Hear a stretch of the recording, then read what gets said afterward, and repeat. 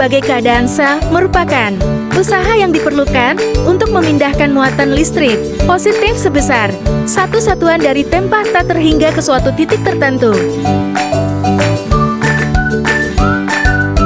Potensial pada listrik memiliki beberapa jenis, yaitu 1. Potensial keseimbangan, yaitu perbedaan potensial listrik yang menyeimbangkan gradien konsentrasi ion. 2. Potensial istirahat, yaitu muatan listrik stabil yang melintasi membran neuron saat tidak sedang aktif mengirimkan sinyal. 3. Potensial aksi adalah perubahan cepat dalam potensial listrik atau voltas yang terjadi pada membran sel. 4. Potensial membran adalah perbedaan muatan listrik antara bagian dalam dan luar neuron. Fungsi potensial listrik dalam sel, yaitu transmisi sinyal saraf. Potensial aksi bergerak di sepanjang akson neuron, membawa informasi dari satu bagian tubuh ke bagian lain. Kontraksi otot, potensial aksi pada membran otot menyebabkan pelepasan ion kalsium yang memicu kontraksi otot. Regulasi ion, potensial membran memengaruhi masuk dan keluarnya ion dan zat lain melalui membran, yang penting untuk homeostasis seluler. Beberapa hal yang terjadi jika potensial listrik dalam sel tidak stabil. Gangguan pada transmisi sinyal saraf yang dapat menyebabkan kondisi kejang, kelemahan otot, atau mati rasa.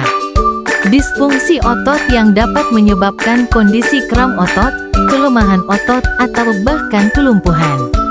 Aritmia atau gangguan irama jantung akibat ketidakstabilan potensial listrik dalam sel jantung. Gangguan pada proses metabolik yang menyebabkan penurunan efisiensi sel dalam menghasilkan energi.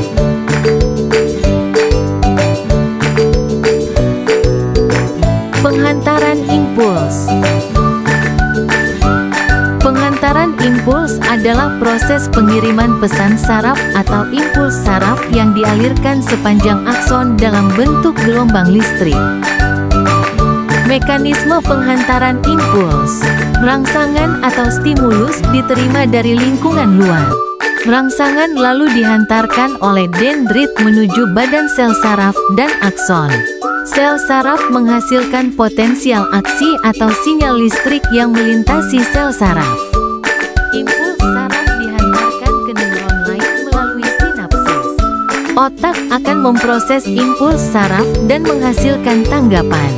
Tanggapan tersebut dibawa oleh saraf motorik sebagai perintah yang harus dilaksanakan. Penghantaran listrik terganggu atau terhambat karena beberapa hal, yaitu kerusakan mielin, kerusakan neuron, gangguan sinapsis, gangguan pada saluran ion, kekurangan oksigen, infeksi, ketidakseimbangan elektrolit.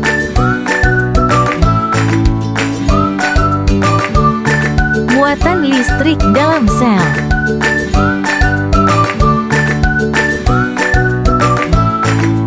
Bagaimana muatan listrik terjadi dalam sel? Muatan listrik pada sel dapat terjadi karena adanya aliran ion masuk dan keluar dari sel yang disebabkan oleh pembukaan dan penutupan gerbang protein pada membran sel. Muatan listrik terjadi karena adanya satu dos ion yang berasal dari berbagai zat terlarut di dalam sel, baik itu ion positif, kation, maupun ion negatif, anion.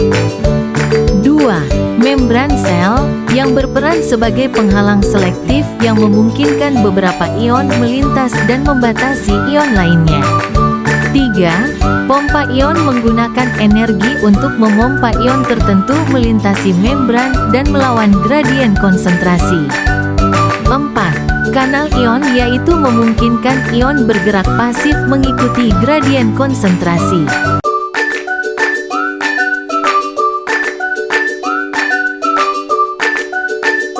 Peran muatan listrik dalam sel. 1. Potensial aksi, perbedaan konsentrasi ion di dalam dan di luar sel menciptakan potensial listrik melintasi membran sel. Perubahan ini disebut potensial aksi dan merupakan dasar dari transmisi sinyal saraf. 2. transmisi sinyal, potensial aksi merambat sepanjang akson neuron dan memungkinkan sel saraf berkomunikasi satu sama lain. 3. Kontraksi otot, impuls saraf yang bersifat listrik dapat memicu kontraksi otot. 4. Transportasi zat, muatan listrik membantu dalam transportasi zat-zat tertentu melintasi membran sel.